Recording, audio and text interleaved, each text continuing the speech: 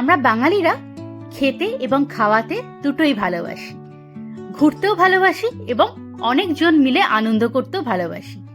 এরকমই প্রবাসে থাকা আমাদের মতন বাঙালিরা বাড়িতে যখন কোনো গেস্ট আসে তখন তাদেরকে নিয়ে আমরা ব্যস্ত হয়ে পড়ি কি আয়োজন করা যায়, কোনটা তাদের পছন্দের জিনিস, কোথায় ঘুরতে নিয়ে যাওয়া যায় বাড়ির কাছাকাছি। সেই নিয়ে আমি সুনন্দা প্রবাসে আমার জগতে একটা নতুন ব্লগে তোমাদের সবাইকে ওয়েলকাম।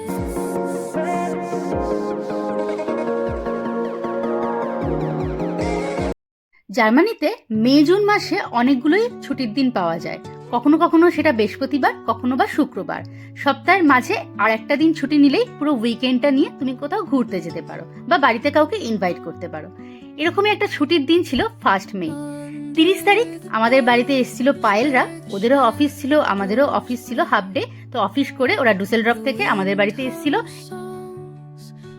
এবছর 1 মে ছিল জার্মানিতে একটা হলিডে। সেই অনুযায়ী আমরা পায়েলদের সাথে প্ল্যান করেছিলাম ওরা যেন ডুসেলডর্ফ থেকে 30 চলে আসে, অর্থাৎ বৃহস্পতিবার ছিল 1 মে এবং 30 ছিল ওয়েডনেসডে। তো ওয়েডনেসডে অফিস করে ওরাও যেন তাড়াতাড়ি চলে আসে, আমরাও হাফ ডে ছুটি নিয়ে নিয়েছিলাম। তো 30 রাত্রে চলে আসলে আমরা থার্সডে থেকে ভালোই এনজয় করতে পারবো, আশেপাশে ঘুরতে পারবো একেবারে সানডে পর্যন্ত, অর্থাৎ 4 মে পর্যন্ত। তো ওরা যখন বুধবার চলে এসেছিল রাত্রে আমাদের খুবই তাড়াহুড়ো করে সব অ্যারেঞ্জ করতে হয়েছিল, সেই জন্য আনফর্চুনেটলি আমি ভিডিওগুলো করে উঠতে পারিনি। সেদিনকে রাত্রে আমরা পনির বানিয়েছিলাম এবং তার সাথে ছিল ডাল। যেহেতু ওরা জার্নি করে এসেছিল খুবই হালকা আমরা আয়োজন করেছিলাম, ভাতের সাথে ডাল এবং মাছ। ওরা যেহেতু সব মাছ খায় না, ফ্রোজেন মাছ খায় না, সেই জন্য আমরা মাছের কোনো অ্যারেঞ্জমেন্ট করিনি। এবার চলে এসেছি ইটালিয়ান ব্রেকফাস্টে 1 মে। এখানে দেখো আমরা ইটালিয়ান ব্রেড বানিয়েছি, তার সাথে রয়েছে স্ক্যাম্বেলড এগ। তো অনিশ আয়োজন করেছিল, এটা ওরই আইডিয়া ছিল। তার সাথে এখানে গুয়াকামোলে ছিল, মানে অ্যাভোকাডো। তো এখানে আমরা ব্রেকফাস্ট করে আজকে কোথাও একটা বেরোবো সেই প্ল্যান চলছে।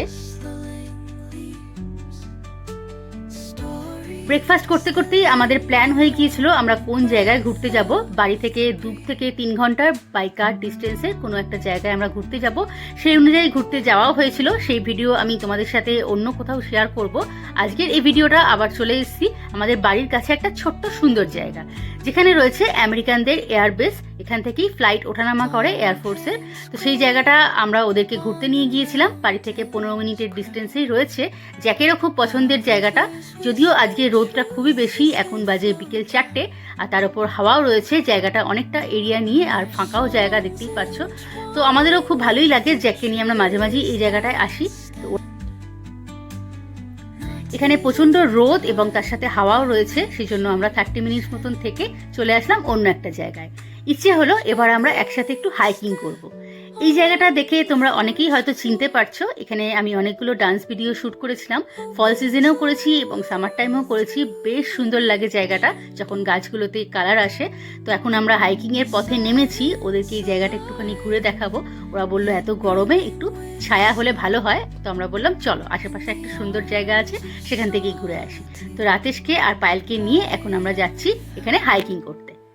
এই জায়গাটার নাম হলো ট্রিপস্টার্ট। এটা খুবই সুন্দর একটা জায়গা, এখানে বেশ ছায়াচ্ছন্ন জায়গা আর ফটোগ্রাফারদের জন্য খুবই পছন্দের। তার সাথে আমারও খুব পছন্দের, কারণ কি এই যে জলটা দেখছো, এই জলের আওয়াজটা এতটাই সুন্দর লাগে, যেখানে তুমি ঘন্টার পর ঘন্টা বসে থাকলে খুব সুন্দর একটা ফিল হয়। আমার তো দারুণ লাগে।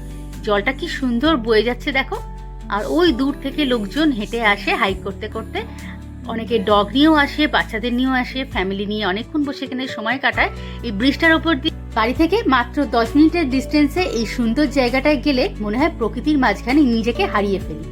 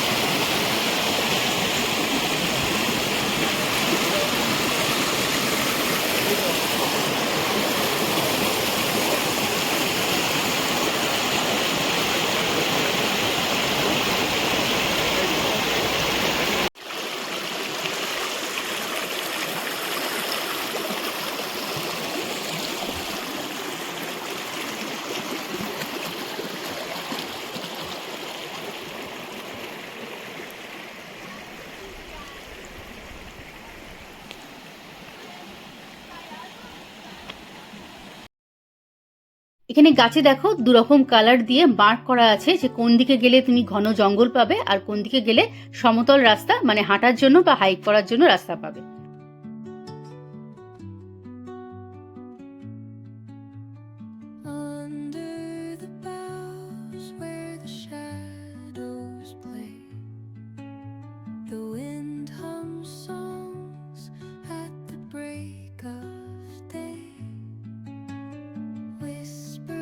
জায়গাটা এতটাই সুন্দর যে পায়েলরাও চাইছিল এখানে বেশ কিছুক্ষণ সময় কাটাতে।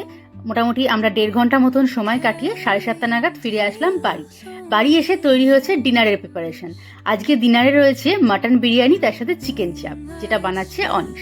এই দেখো বিরিয়ানি প্রিপারেশন চলেছে, এখানে মটন ভালোই সিদ্ধ হয়ে গেছে, তো তার সাথে রয়েছে চিকেন চাপ। আমি তো মাটন চিকেন কোনোটাই খাবো না, তো আমার জন্য এক্সট্রা আলু আর ডিম রয়েছে।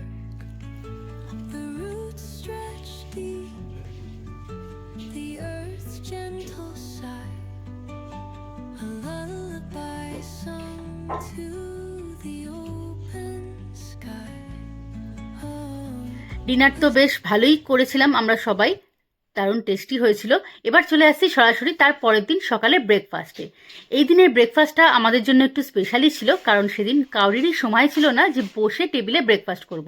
তো আমরা প্যাক করে নিয়েছিলাম খাবার, সবার জন্যই স্যান্ডউইচ, তার সাথে মুড়ি, চানাচুর এবং টুকটাক আরও ফল, ডিম, যাবতীয় কিছু রাস্তায় লাগে আমরা একসাথে প্যাক করে নিয়ে যাচ্ছি গাড়িতে বসে, যাতে আমরা খেতে খেতে যেতে পারি, টাইমটা নষ্ট না হয়। এত সকাল সকাল ব্রেকফাস্ট সঙ্গে নিয়ে আমরা কোথায় যাচ্ছি সেটা কিন্তু তোমরা দেখতে পাবে অন্য একটা ভিডিওতে, সেটা আমি এখানে শেয়ার করছি না।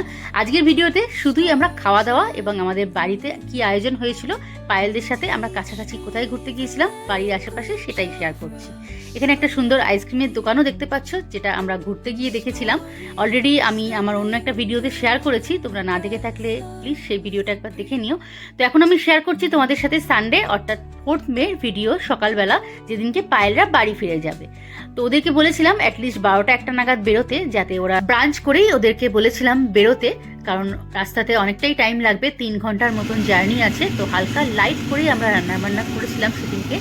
গরম গরম ভাত, তার সাথে মাছের ঝাল এবং পোস্ত দিয়ে বেগুন ভাজা, আর ছিল শিম বাটা। তো ওরা যেহেতু 3 ঘন্টার মতন জার্নি করবে, তার উপর বাই কার যাবে, পায়েলের নতুন লাইসেন্স হয়েছে, তো ধীরে সুস্থেই যাবে বললো। ট্রেন জার্নিটা সানডে খুবই প্রবলেম, ডিসেলড্রপ রুটে অনেক ট্রেন ক্যান্সেল থাকে। তো আমরা এখান থেকে একটা কার অ্যারেঞ্জ করে দিয়েছিলাম, ও বলেছিল সাবধানে আস্তে আস্তে চালিয়ে যেতে পারবে। তো সেই বুঝে আমরা ভাবলাম যে 12টার জায়গায় 2টো হলেও অসুবিধা নেই, অ্যাটলিস্ট ওরা ব্রাঞ্চ করেই যাক। তো হালকা লাইট খাবার ওরা খেয়েই যাচ্ছে। তো আমরা এখন খাবারগুলো তোমাদের সাথে শেয়ার করছি, এরপর ওরা চলে যাবে। তো মন খারাপও লাগছে, দেখতে দেখতে 4টে দিন কেটে গেল। তো বাড়িতে গেস্ট আসলে যেমন আনন্দ হয়, এক্সাইটমেন্ট থাকে যে কি অ্যারেঞ্জ করব, কোনটা ভালো হবে কোনটা খারাপ হবে, তার সাথে যখন তারা চলে যায় মনটা খুবই খারাপ হয়ে যায়, মনে হয় যেন আবার কবে আসবে। তো এরকম গেস্ট আসলে মাঝে মাঝে আনন্দও হয়, বেশ সুন্দর তাদের সাথে সময়ও কাটানো যায়, আশেপাশে ঘোরাও যায়। তো যাই হোক, ওদেরও অফিস আছে সোমবার, তাই জন্য ওরাও তাড়াতাড়ি ফিরতে চাইছিল। তো ওদের গাড়িও এসে গেছে, এই দেখো এবার ওরা বেরিয়ে যাচ্ছে। আমাদের 4 দিনের ট্রিপ শেষ হলো, একসাথে সময় কাটানো শেষ হলো। তো পায়েলের অফিস চলে যাচ্ছে আজকে, তো মন খারাপ লাগছে, আবার দেখা হবে আশা করি। তো 4 দিনে পায়েল ও রাতেশের সাথে আমরা কেমনভাবে সময়টা কাটালাম, কোথায় ঘুরতে গেছি, সব ভিডিও অলরেডি আমার চ্যানেলে আমি শেয়ার করে দিয়েছি। না দেখে থাকলে প্লিজ একবার দেখে নাও। আজকের ভিডিওটা তাহলে এখানেই শেষ করছি। কেমন লাগলো প্লিজ দেখে জানিও, ভালো লাগলে একটা লাইক করে দিও, ফ্রেন্ডস ও ফ্যামিলির সাথেও প্লিজ শেয়ার করতে ভুলো না। আর যদি তোমরা নতুন হয়ে থাকো আমার চ্যানেলে, প্লিজ চ্যানেলটা একটু সাবস্ক্রাইব করে দিও। দেখা হচ্ছে খুব শিগগিরই অন্য আরেকটা ভিডিওতেই। Till then take care and bye by.